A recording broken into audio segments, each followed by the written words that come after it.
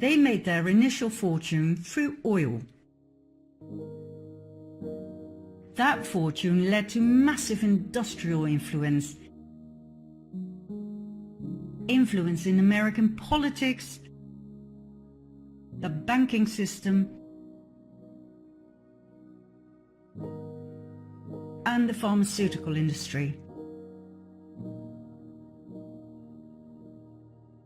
They founded schools and universities, leaving a huge imprint on what should and should not be taught to our children and students. The Rockefellers further expanded their tentacles of power into the medical world and into hospitals.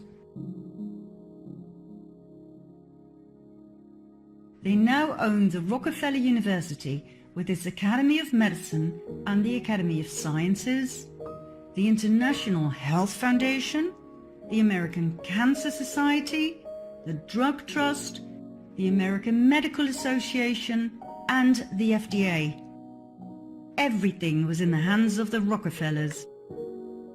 They further infiltrated the educational and medical system by means of the Rockefeller Foundation, giving grants to specific research programs such as the research and development of vaccines, for instance against Ebola, yellow fever, Zika, the flu, and Gardasil, which was further developed and promoted by billionaire and partner in crime Bill Gates.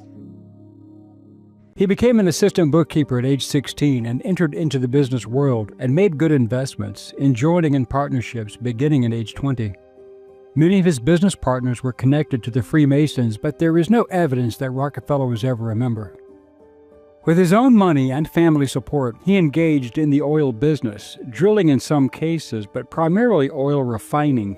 And then he founded the Standard Oil Company in 1870 and managing the company until 1897.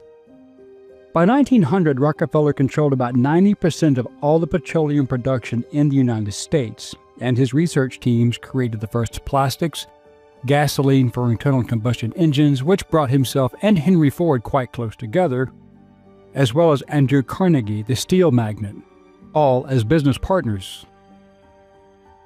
The invention of the internal combustion engine created the need for gasoline, and Rockefeller controlled the entire industry in a monopoly, and the U.S. government was his largest client. As a result, Rockefeller used his influence and money to lay the groundwork for a complete takeover of the healthcare industry as well. Using his political contacts, who were essentially on his payroll for their elections, he had natural healing methods banned, doctors thrown into prisons, and hospitals and clinics threatened with being shut down if they did not follow his game plan. And here's how he did it. In 1901, he established the Rockefeller Institute for Medical Research, now known as Rockefeller University, dedicated to advancing biomedical research, and was instrumental in pioneering various medical treatments, including vaccines, antibiotics, and synthetic drugs, which would become the cornerstones of the burgeoning pharmaceutical industry. Rockefeller spent $100 million of his own money, equal to $2.6 billion today, to hire, train, and then deploy his doctors, clinical researchers, and chemists who would perform and follow his guidelines, banning traditional treatments in favor of the new platform. In 1902, he spent another $1 million to fund the creation of the General Education Board, which was passed by Congress based upon selective and misleading data. Effectively, he lied, which then proceeded to prevent medical colleges and universities from receiving federal grants if they did not abandon the teaching of natural healing. Rockefeller selected Andrew Carnegie, the Irish-born steel magnate and founder of U.S. Steel, to perform a national tour of hospitals and clinics to evaluate the current methods of treating illness and disease. So Carnegie chose a former schoolteacher, Abraham Flexner, who was neither a physician nor scientist, definitely not a doctor, but actually a wealthy owner and operator of a for-profit college in Kentucky. The result was the Flexner Report of 1910, which called for a centralized system of controlling healthcare in a true socialist fashion, but also created the age of big pharmaceutical companies. You see, up until that time, most doctors practiced holistic medicine, using natural herbs and compounds to treat illness, which had been the case for many centuries around the world, and many were highly effective. But they were not as profitable for a pharmaceutical company hoping to break into the very new and potentially profitable drug industry. But why would Rockefeller go to these great lengths? Well, hold on, because the story gets insane and still rings true today. Rockefeller wanted to corner the global pharmaceutical market, but to do so, he needed allies in the business all over the world, and here's how he did that.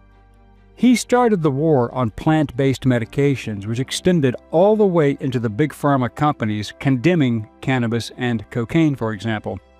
Since natural-growing plants cannot be patented, the big pharma lobby even today spends billions in Congress to keep natural remedies off the market so they can make profits on chemically created treatments, many of which don't even work. Part of the misleading data was the claim that Rockefeller's doctors had eradicated hookworm in the U.S., which was touted as a major achievement using their own medical compounds. It was a lie, but it worked to get Congress on board. Rockefeller then spent $180 million more staffing these schools with like-minded sycophants who were reliant upon him for their livelihoods, replacing the previous faculties who were then blacklisted. Rockefeller created a nonprofit that donated big money to medical schools that followed Flexner's advice. This in turn benefited his own growing chemical business once the competition was removed.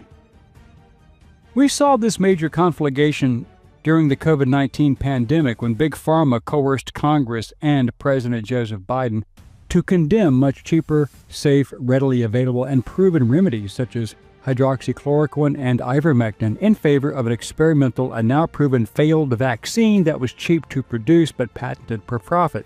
Rockefeller then began producing his own medicines with a petroleum base, meaning oil, which is a known carcinogen, and most of these were highly addictive. Traditional herbal treatments were then labeled as alternative, and he lobbied and bribed politicians to have them banned as unscientific quackery. Then he got the insurance companies on board to ban payments for such treatments. He did this also by taking control of the American media with the collusion of the great newsmen of the day, Joseph Pulitzer and William Randolph Hearst, who helped spread his propaganda as all would see a profit.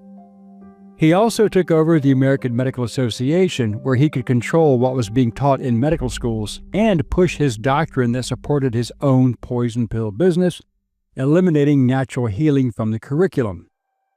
Doctors and professors who challenged this new orthodoxy were fired, banned from teaching and practicing medicine, and their licenses were revoked.